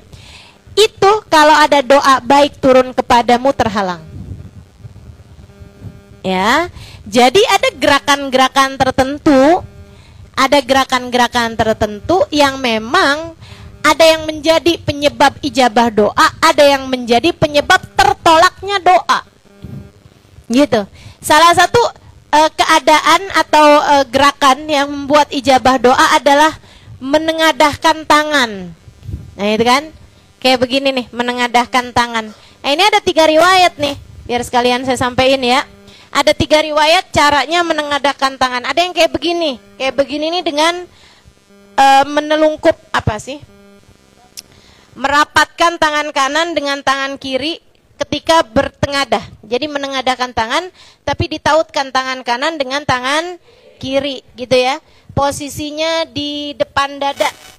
Nah, posisinya di depan dada.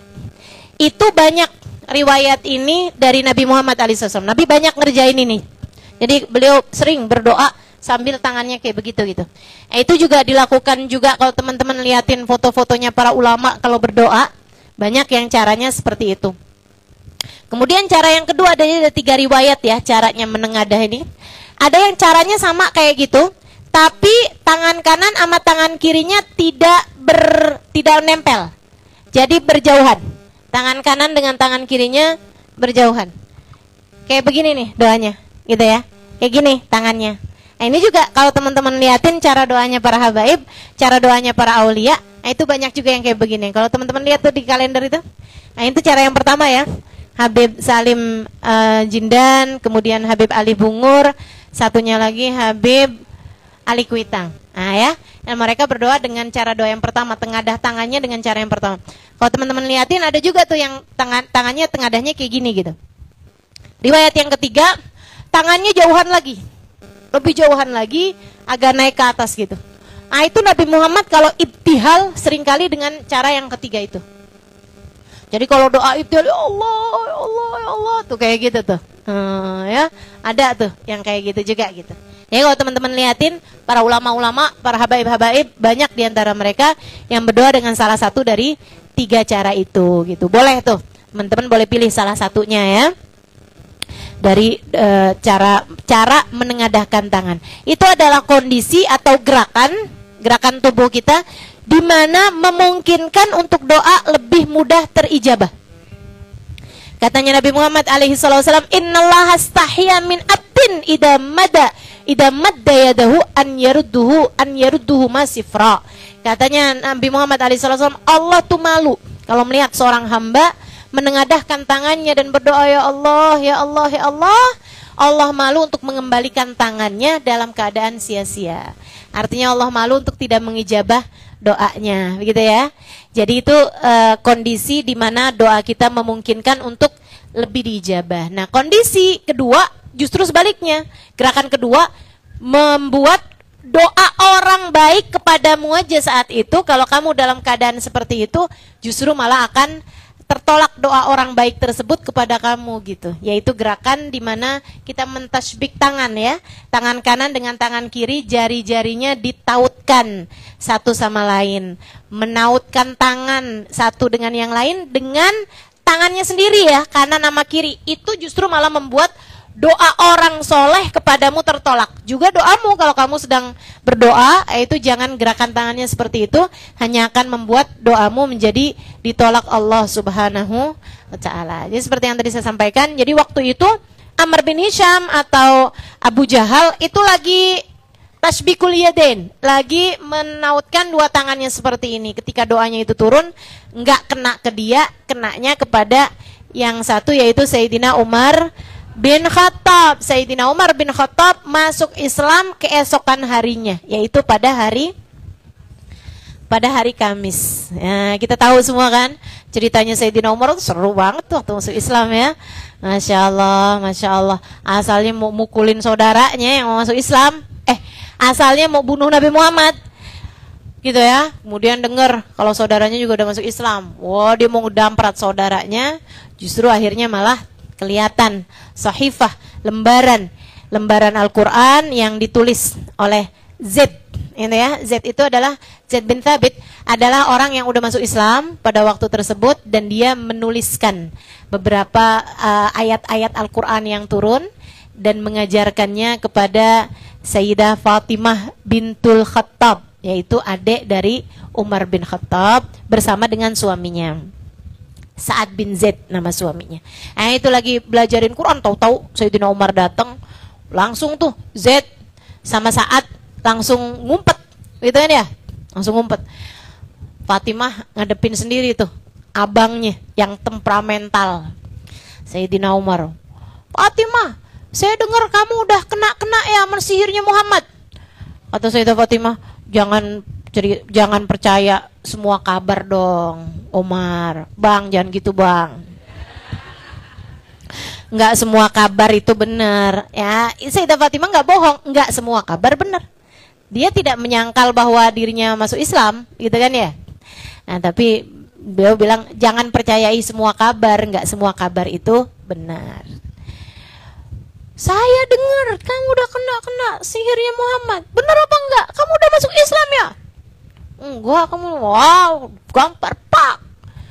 Sayyidah Fatimah mikirnya ngomong masuk Islam, enggak ngomong masuk Islam, digampar-gampar juga. Ya udah deh, mendingan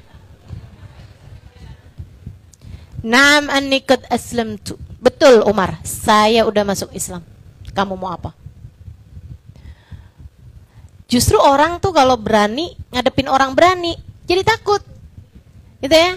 Kalau orang berani ngadepin orang penakut, iya, dia berani gitu kan. Tapi kalau ngadepin orang lebih berani lagi, jadi rada ciut gitu. Habis itu saat itulah dia ngelihat ada lembaran itu. Dia bilang, Apa itu Fatimah? Dia bilang, ini firman Allah yang diturunkan kepada Muhammad. Saya mau bacanya. Kasihin baca. Toha ma anzalna alaikal qur'ana litashqa illa tadhkiratan liman yasha. Gemeter Sayyidina Umar. Iman ya. Tapi memang udah didahului dengan doanya Nabi Muhammad.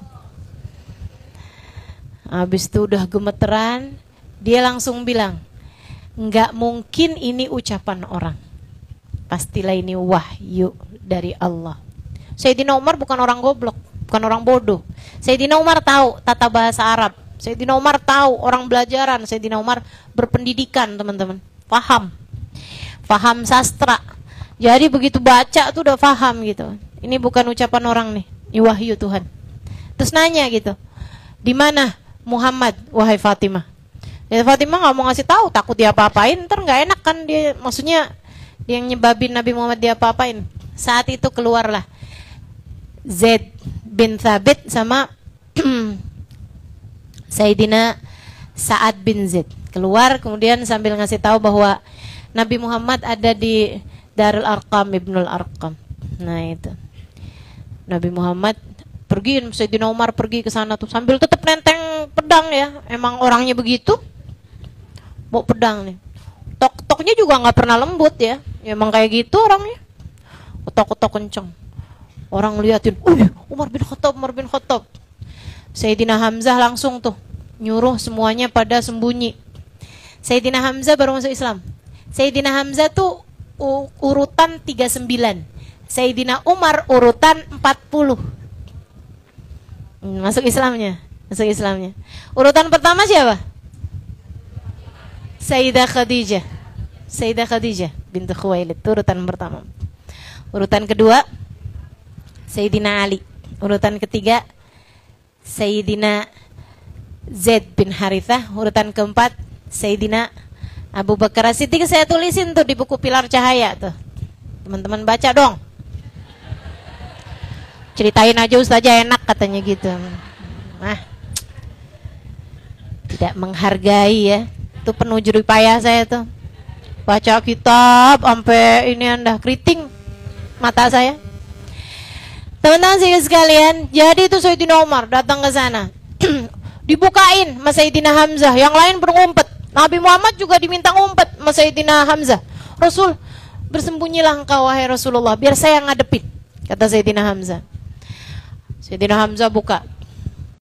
Sayyidina Umar, wih ini ya, bayangin ya, macan sama serigala nih. Macan sama singa nih, ketemuan gitu kan. Aina Muhammad, kata Sayyidina Umar. Malaka wa Muhammad ya Umar, kata Sayyidina Hamzah. Di mana Muhammad? Ada urusan apa sama Nabi Muhammad wahai Umar? Wih. Aina Muhammad, kata Sayyidina Umar. Sayyidina Hamzah ya tambah kenceng lagi. Ada urusan apa kamu sama Muhammad? Kamu gak bisa ketemu Muhammad, kamu hanya bisa ngadepin saya wahai Umar. Dia singa mau macan. Nggak taunya Nabi Muhammadnya keluar. Ada apa engkau mencariku wahai Umar? Rontok hati Sayyidina Umar. Ngelihat Nabi Muhammad alaihissalam. Langsung dia deketin Nabi Muhammad. Kemudian langsung berkata, asyhadu an la ilaha illallah wa asyhadu annaka Muhammad Rasulullah. Itu Bu, begitu habis masuk Islam, sama Nabi nggak langsung dipeluk, tapi ditarik kerah bajunya. Keren banget sih ini. Saya tuh kalau bayangin udah saya tuh belajar romantis nggak dari drama Korea ya. Maaf. Tapi dari orang-orang soleh. Perlakuan mereka tuh ya ampun romantis banget sih. Nabi tuh Sayyidina Umar masuk Islam nggak dipeluk sama Nabi Muhammad langsung, nggak teman-teman saya sekalian, ditarik kerah bajunya sama Nabi Muhammad, dideketin ke Nabi Muhammad, baru dipeluk Nabi Muhammad alaihissalam. Seraya mengatakan ahlan bika ya Umar, ahlan bika ya Umar. Selamat datang wahai Umar, ahlan bika ya Umar fi dinina. Selamat datang wahai Umar ke dalam agama kami, agama Islam. Insyaallah. Marhaban bil qaili adlan, marhaban bis salati ahlan wa marhaban. Allahu akbar, Allahu akbar.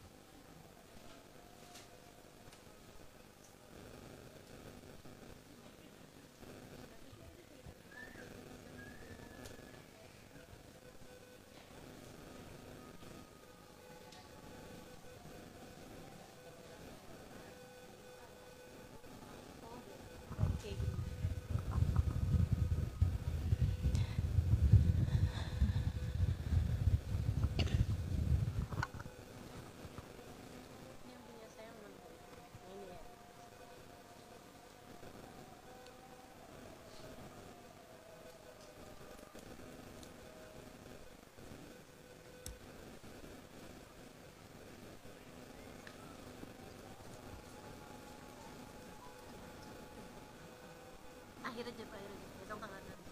Jadi 2 Kamis.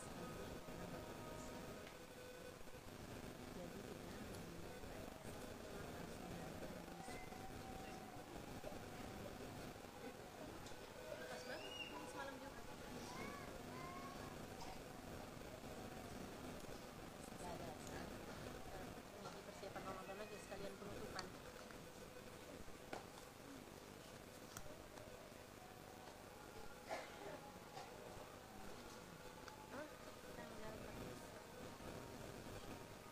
Tanggal 17. Sekarang tanggal 17.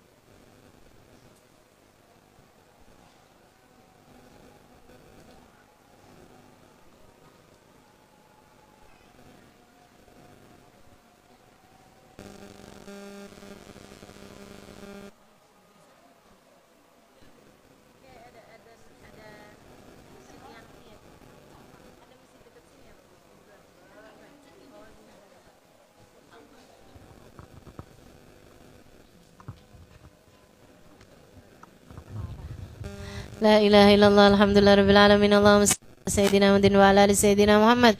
Allahumma rabba hadhihi ad-da'wati at-tammah was-salatil qa'imah ati sayyidina Muhammadan al-wasilata wal fadilah wa syarafa wad darajata al-aliyata ar-rafi'ah wa batul maqam al-mahmud alladhi wa'attah innaka la tukhliful mi'ad ya arhamar rahimin rabbi fani wa walidayya rabbi fani wa walidayya rabbi fani wa walidayya rabbi fani wa walidayya rabbi fani wa walidayya rahamhuma kama rabbayani saghira sallallahu ala sayyidina Muhammadin wa ala alihi wa sahbihi wa sallam walhamdulillahi rabbil alamin.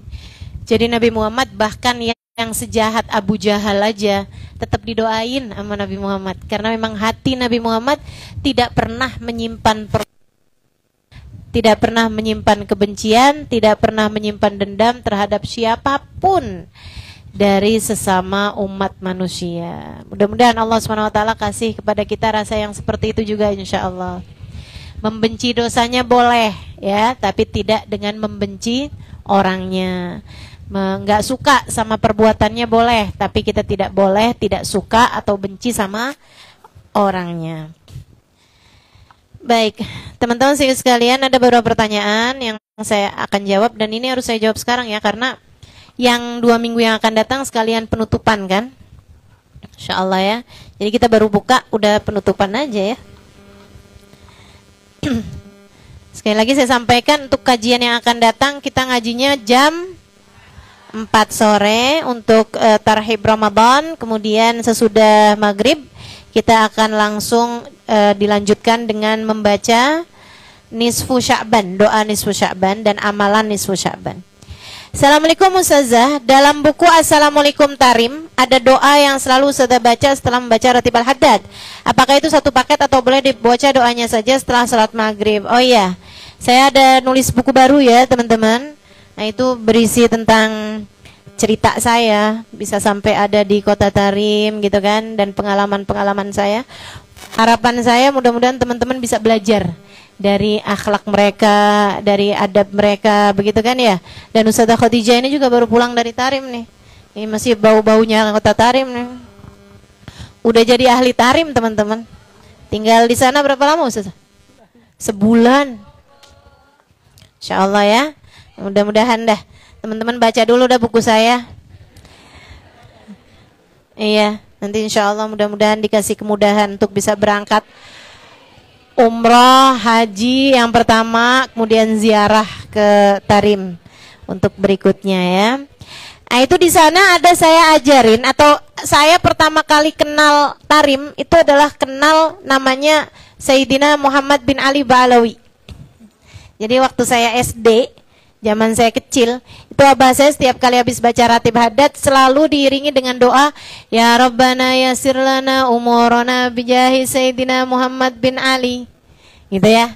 Ya Rabbana yassir lana umurana bijahi Sayyidina Muhammad bin Ali. Ya Rabbana yassir lana umurana bijahi Sayyidina Muhammad bin Ali Ba'alawi. Gitu. Jadi 3 kali, kemudian yang ketiganya baru ada Ba'alawinya gitu. Saya nanya gitu kan sama abah saya, karena saya tahu Muhammad bin Abdullah, Nabi kita Muhammad alaihissalam, bukan Muhammad bin Ali. Jadi saya nanya, bah Itu Muhammad bin Ali siapa dah, Bah? Waktu saya ke Tarim, waktu saya ke Darul Lughah wa Dakwah, saya tahu arti doa itu. Ya Allah, mudahkan urusan saya dengan berkahnya atau dengan pangkatnya, dengan kemuliaannya Muhammad bin Ali Ba'alawi. Saya tanya abah saya, Bah, Muhammad bin Ali Ba'alawi itu siapa? Karena Nabi Muhammad kan Muhammad bin Abdullah. Abah saya bilang gitu, enggak tahu nok. Siapa, tapi yang pasti itu waliullah, katanya gitu. Yang kalau kita berdoa dengan keberkahan beliau, insya Allah doa kita diijabah gitu. Akhirnya walaupun saya nggak tahu siapa beliau, saya pun doa dengan doa kayak begitu.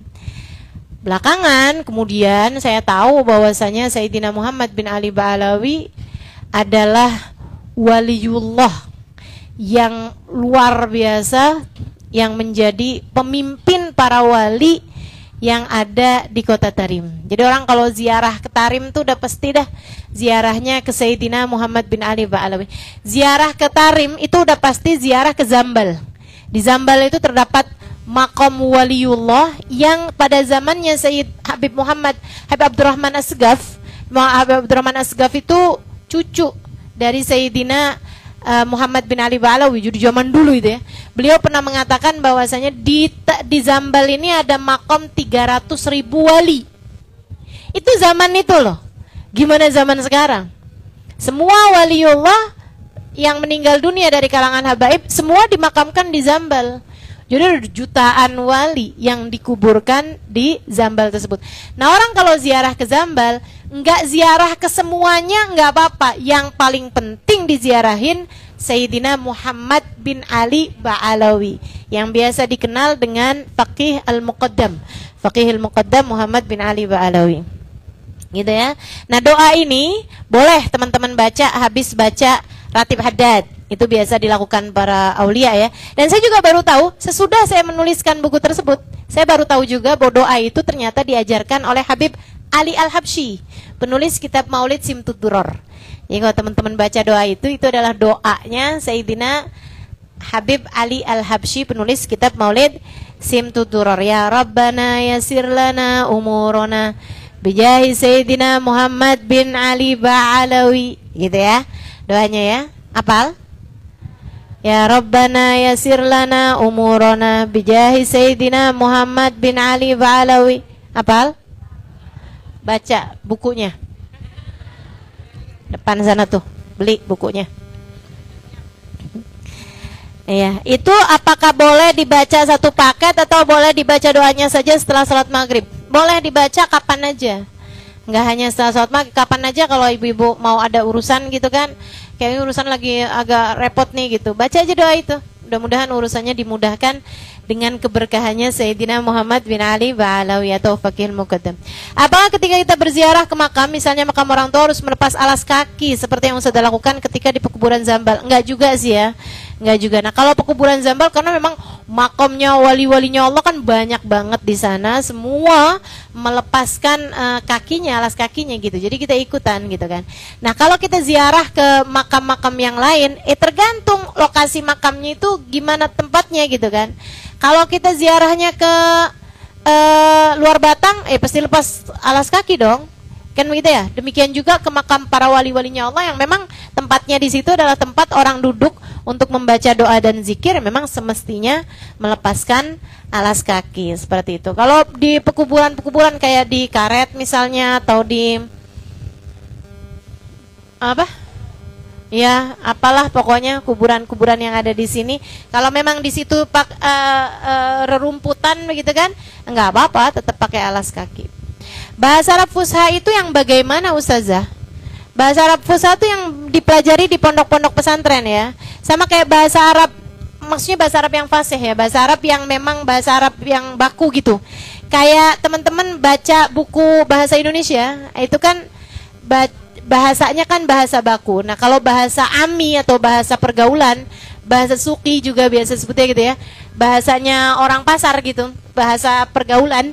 Nah, itu kan bahasa-bahasa yang kayak teman-teman ngobrol biasa sama teman-teman. Gitu.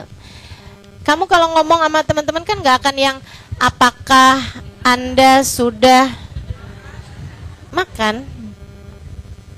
apakah Anda sudah menyantap hidangan makan siang? Kan nggak gitu nanyanya ya. Nanyanya kan langsung aja gitu. Udah makan belum? Ustazah, kan tidak ada yang namanya mantan mertua. Dan saya tetap sayang dengan menghormatinya. Tetapi kenapa setiap saya ketemu silaturahim dengannya, dengan ibu mertua, selalu acuh diam saja, tidak berbicara sepatah kata pun kepada saya. Nah, kamu kenapa nanya sama saya? Tanyain nama ibu mertua kamu. Kagak-kagak aja dah.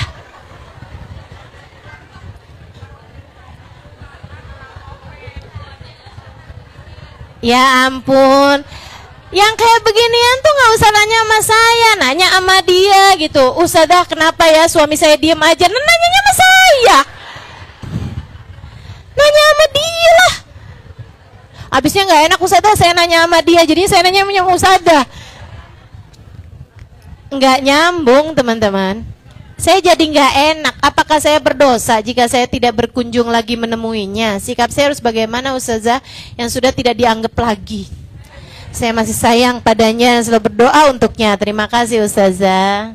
Ya, saya rasa sih ya itu tadi, tidak ada yang sia-sia. Semua kebaikan pasti ada balasannya. Semua nggak apa-apa. Sayangin ibu mantan mertuamu. Gitu ya. Mungkin dia kalau kayak acuh tak acuh nggak enak gitu kan, namanya juga mantan gitu kan. Mungkin dia melihatmu menjadi teringat dengan ya masa lalunya yang menjadi kelabu gara-gara dirimu. Assalamualaikum Ustazah, semoga selalu sehat. Ustazah, kalau misalkan saya beli barang kredit, contoh udah sepakat harganya 3 juta, cicilan 10 bulan, berarti 3 juta, berarti sebulan 3 juta, 30 dong. 3 juta, cicilan 10 bulan.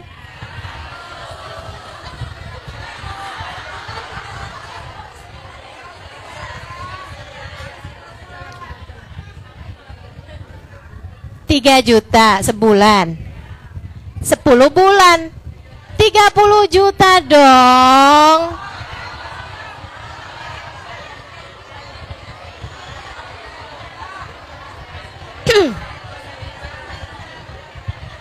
Ini saya yang nggak lulus matematika, ibu-ibu dah. Harganya 3 juta, cicilan 10 bulan. Berarti harganya berapa?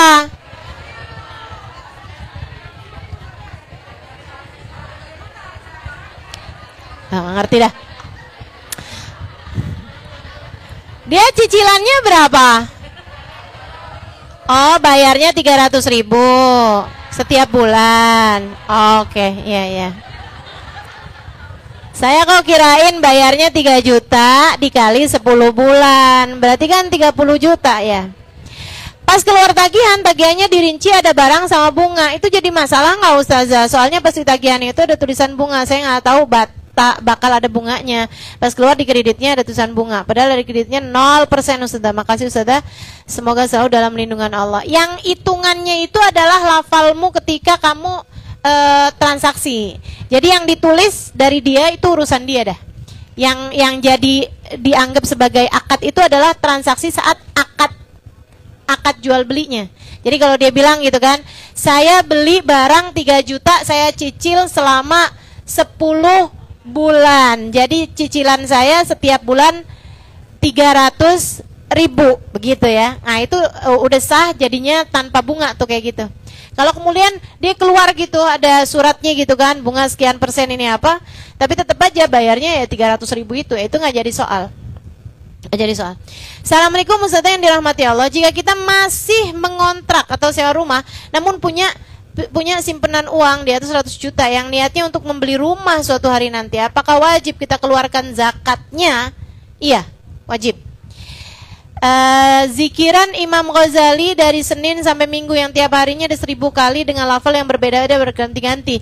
Jika kita amalkan, apakah harus dalam keadaan suci atau berwudu, harus juga menghadap kiblat, dan apakah boleh dicicil atau tidak langsung 1000 kali? Boleh. Ini berarti ngamalin apa yang dituliskan oleh Imam Al-Ghazali dalam kitabnya Bidayatul Hidayah ya. Di sana diaturin tuh zikiran hari Senin apa gitu kan, hari Selasa apa. Itu boleh aja diamalkan, nggak harus punya wudu, meskipun punya wudu lebih bagus.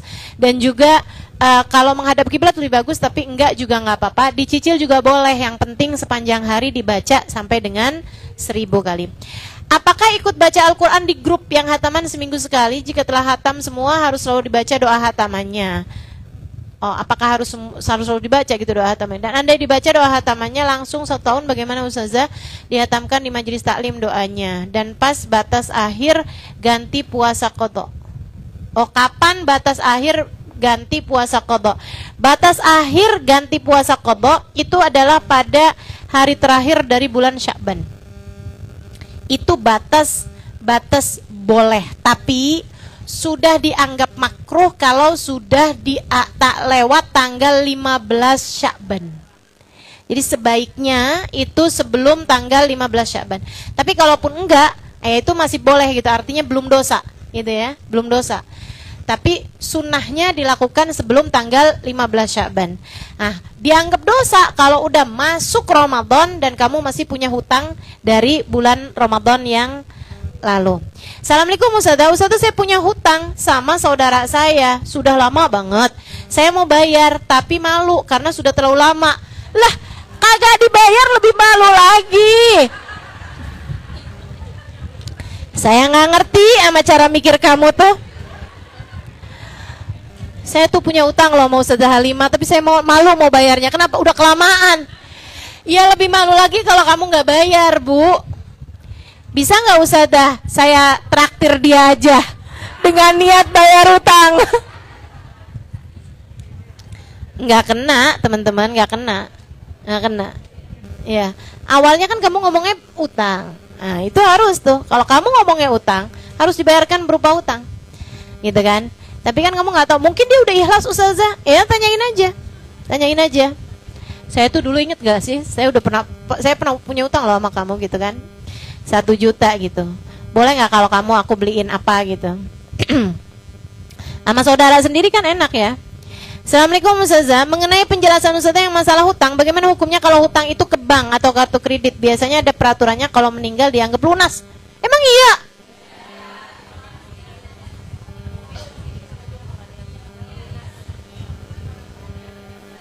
Emang iya Kak? Oh, asuransi, dibayarin sama asuransinya, asuransi jiwa ya. Ya. Apakah itu nanti ditagih ya? Kalau kamu emang udah ada perjanjian kayak gitu. Tapi teman-teman, ini saya kasih tahu juga ya, asuransi jiwa itu hukumnya ini loh. Ada banyak ulama berselisih pendapat juga mengenai asuransi jiwa ini. Ada yang menghalalkan dan banyak juga ulama-ulama yang ulama-ulama yang hati-hati itu banyak. Di antaranya Habib Zain bin Smith, waktu saya tanya masalah asuransi, beliau mengharamkannya dengan alasan nahallah an bai'il ghurur. Allah melarang semua jenis transaksi yang tidak jelas hitung-hitungannya. Termasuk di antaranya asuransi itu kan nggak jelas hitungannya. Kita bayar berapa, dapatnya berapa, itu kan nggak jelas. Ya. Nah, jadi kalau memang ada pihak lain yang membayarkan, yaitu pihak asuransi, itu berarti ya memang dianggap lunas, begitu kan? Terima kasih Ustazah. Satu lagi Ustazah, pakai ada nyakrab banget ya. Boleh nggak Ustazah terima sedekah dari rentenir? Hukumnya kalau diterima haram nggak Ustazah? Apa ditolak aja? Haram. Kalau dia tidak memiliki pekerjaan lain selain daripada renten tersebut, hukumnya haram, sebab semua harta penghasilan dia adalah haram. Assalamualaikum warahmatullahi wabarakatuh. Ustazah, saya mau tanya, Jika di tahun 2011 saya pinjamkan uang 65 juta, sampai sekarang belum dibayar. Dibayar jika orang tersebut punya uang. Jika dibayar nanti di tahun 2025, nilai uang 65 juta di tahun 2011 dengan tahun 2025 sudah berbeda. Apakah bisa diganti dengan utang emas? Misalnya emas di tahun 2011 1 gram 500 ribu, pas 2025 emas 1 gramnya 700 ribu. Jadi kira-kira aja. Apakah boleh Ustaz? Terima kasih atas jawabannya Ustaz. Waalaikumsalam warahmatullahi wabarakatuh. Ini memang masalah yang sangat pelik nih teman-teman. Saya pernah malah ada kasusnya begini nih. Ada kasusnya begini. Dia bilang, Ustazah, saya pernah punya utang sama orang 600 ribu pada 40 tahun silam. 400 ribu zaman itu Ustazah bisa kebeli rumah. Jadi 400 ribunya itu sekitar 400 jutaan sekarang. Ya karena memang teman-teman, nilai uang tuh jauh banget loh. Ya, 10 tahun aja udah beda gitu kan. Ini 40 tahun gitu kan, jauh banget. Dia bilang, sekarang nih Ustazah, saya memang waktu itu nggak bisa bayar karena memang saya nggak punya uangnya. Nah sekarang nih saya bisa bayar Ustazah. Maksudnya utang besar itu bisa bayar gitu kan. Bukan 400 ribu, tapi lebih daripada itu pun saya bisa bayar gitu. Karena dia sekarang mampu gitu kan.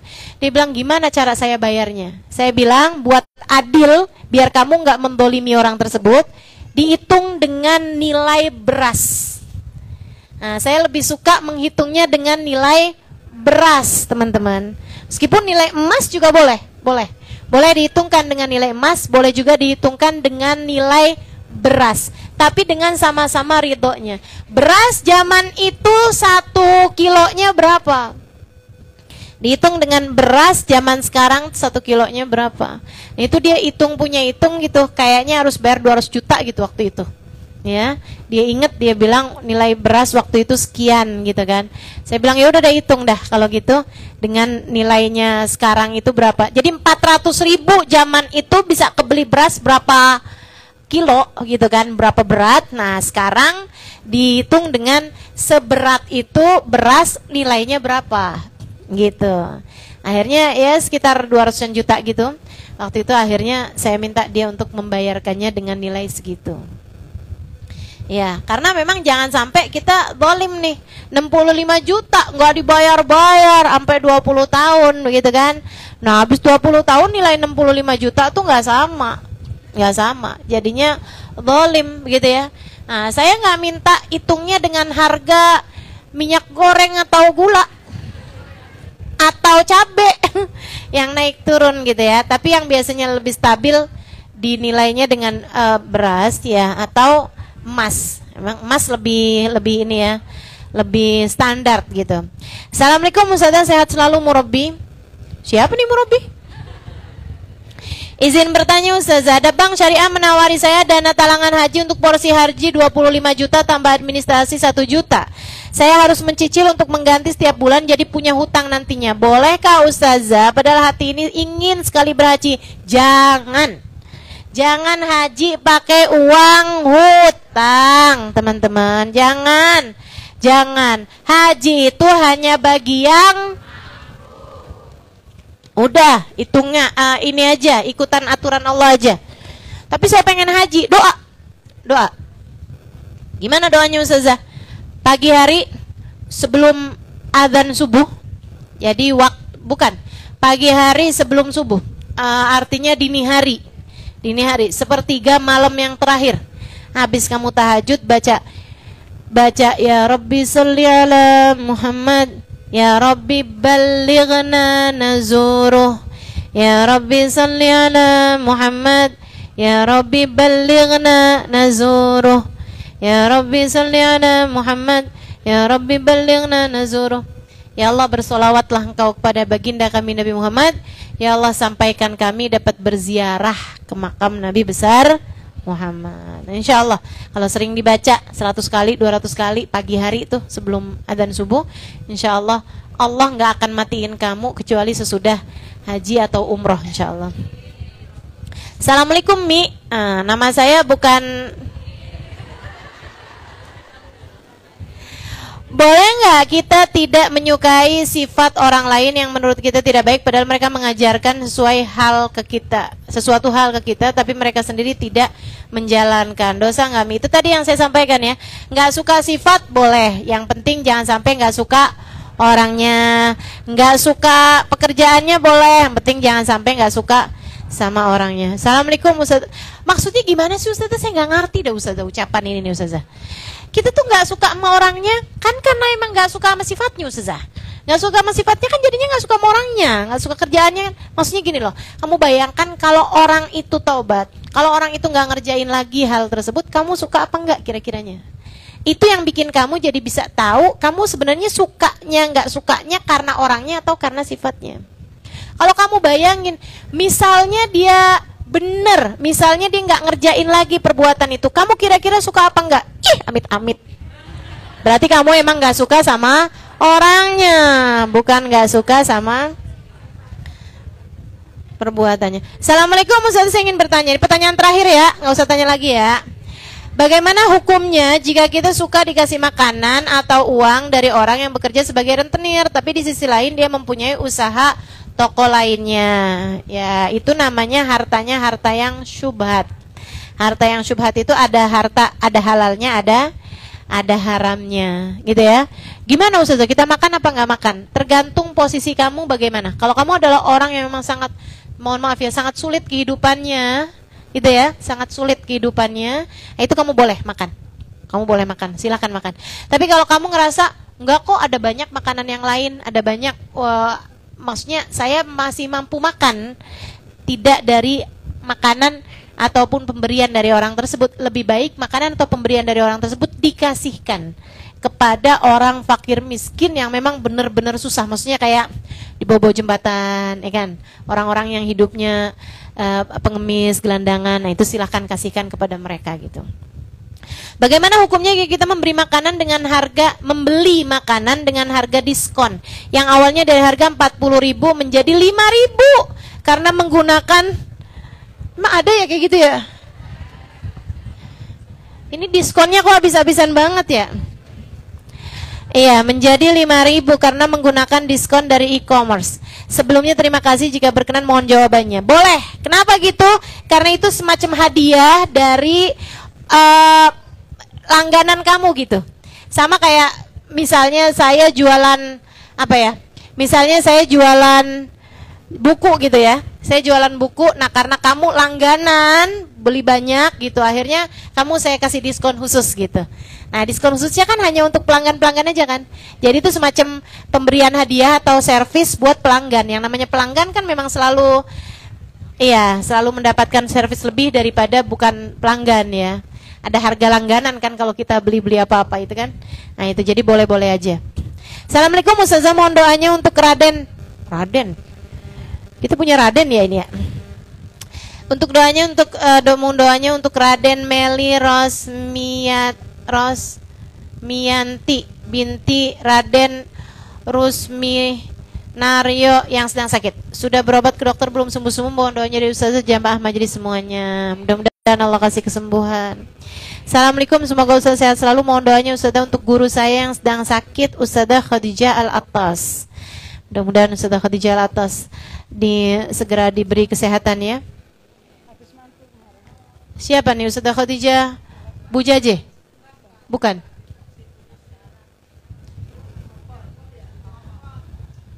Ya, kita doakan mudah-mudahan beliau segera diberi kesembuhan. Assalamualaikum Ustazah, mohon doa untuk anak saya Naila Khairunisa yang akan ujian UTBK. UTBK apa? Ujian? Semoga dapat nilai terbaik dan diterima di universitas negeri. Amin. Terima kasih Ustazah.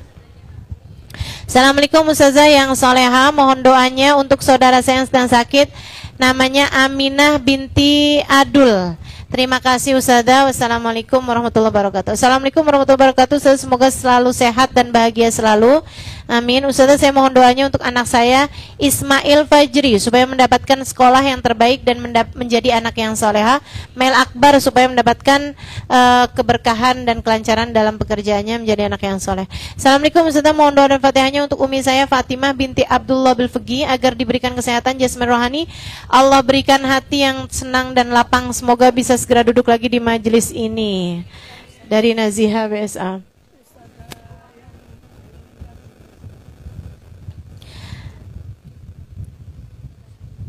Oh, ini pertanyaan juga, tapi kita waktunya udah habis ya. Jadi mohon maaf, pertanyaan-pertanyaan ini saya nggak bisa jawab. Udah? Ini doa? Oh bukan. Baik, kita bacakan Fatihah untuk yang sakit-sakit, baik yang disebutkan namanya ataupun yang tidak disebutkan namanya. Ya, pokoknya kita niatin aja, nggak harus ada yang sakit dimintain namanya di sini, karena kita akan selalu berdoa untuk siapapun yang sedang sakit-sakit dari keluarga kita, terutamanya orang tua kita, saudara-saudari kita, anak-anak kita, suami kita, ponakan-ponakan kita, semua orang-orang yang kita sayangi ya. Semuanya sahabat-sahabat kita yang sedang sakit-sakit saat ini kita doakan semoga Allah Subhanahu wa taala sehatkan semuanya insyaallah. Al-Fatihah biniyati syifa ajilan la yughadiru saqaman wala amadan. Kita semuanya yang sedang sakit-sakit nih, baik sakit badan kita, sakit pikiran kita, sakit hati kita, semoga Allah Subhanahu wa taala sehatkan kita semua insyaallah. La hadhihi niyyah biniyati syifa ajilan la yughadiru saqaman wala amadan ila hadratin Nabi. Al-Fatihah. Bismillahirrahmanirrahim. Alhamdulillahirabbil alamin arrahmanirrahim maliki yaumiddin. Iyyaka na'budu wa iyyaka nasta'in ihdinas siratal mustaqim siratal ladzina an'amta 'alaihim ghairil maghdubi 'alaihim waladdallin. Amin. Kemudian Fatihah yang terakhir kita bacakan untuk semua hajat-hajat kita. Baik yang tadi disebutkan ya hajatnya ataupun yang tidak disebutkan, semua dari kita pada punya hajat semuanya. Doakan saya juga besok safar juga ya. Mudah-mudahan semua acaranya lancar semua insyaallah. Dan berkah manfaat semua insyaallah, dan juga hajat-hajat kita semua, hajat dunia, hajat akhirat. Mudah-mudahan Allah Subhanahu wa taala mudahkan ala hadhihi niyyah wa bi kulli niyatin shalihah. Anak kita juga biar pada soleh-solehah semua insyaallah. Kita doakan semoga semuanya selalu berada dalam jalan hidayah Allah Subhanahu wa taala, dijauhkan dari segala dosa-dosa, dijauhkan dari narkoba, dijauhkan dari minuman keras, dijauhkan dari perzinaan, dijauhkan dari pergaulan-pergaulan bebas, dijauhkan dari apapun yang tidak diridhoi Allah Subhanahu wa taala. Ala hadhihi niyyah bi kunniyatin salihah jami'ah syamilah la hadratin Nabi Muhammad sallallahu alaihi wa ala alihi wasallam. Al-Fatihah. A'udzu billahi minasyaitonir rajim. Bismillahirrahmanirrahim. Alhamdulillahirabbil alamin arrahmanir rahim maliki yaumiddin. Iyyaka na'budu wa iyyaka nasta'in ihdinas siratal mustaqim siratal ladzina an'amta 'alaihim ghairil maghdubi 'alaihim waladdallin. Amin. Semoga bermanfaat, kurang lebihnya mohon maaf. Kita akhiri majelis kita, insyaallah ketemu lagi pada tanggal 17 Maret insyaallah dalam keadaan yang terbaik. Itu sekaligus nisfu Sya'ban, sekaligus penutupan ya. Kita akhiri dengan baca doa akhir majelis bersama-sama. Rabbana fa'na bima 'allamtana rabbi 'allimna alladhi yanfa'una rabbi faqqihna wa faqqih ahla wa qarabat lana fi dinina ma'al kutri unsa wa zakar rabbi faghfikna wa fikum lim ترتضي قولا وفعلا كرما وارزق الكل حلالا دائما وآخر لا تقيا علما نحظى بالخير ونكفى كل ربنا أصلح لنا كل الشؤون وأكر بالرضا منك العيون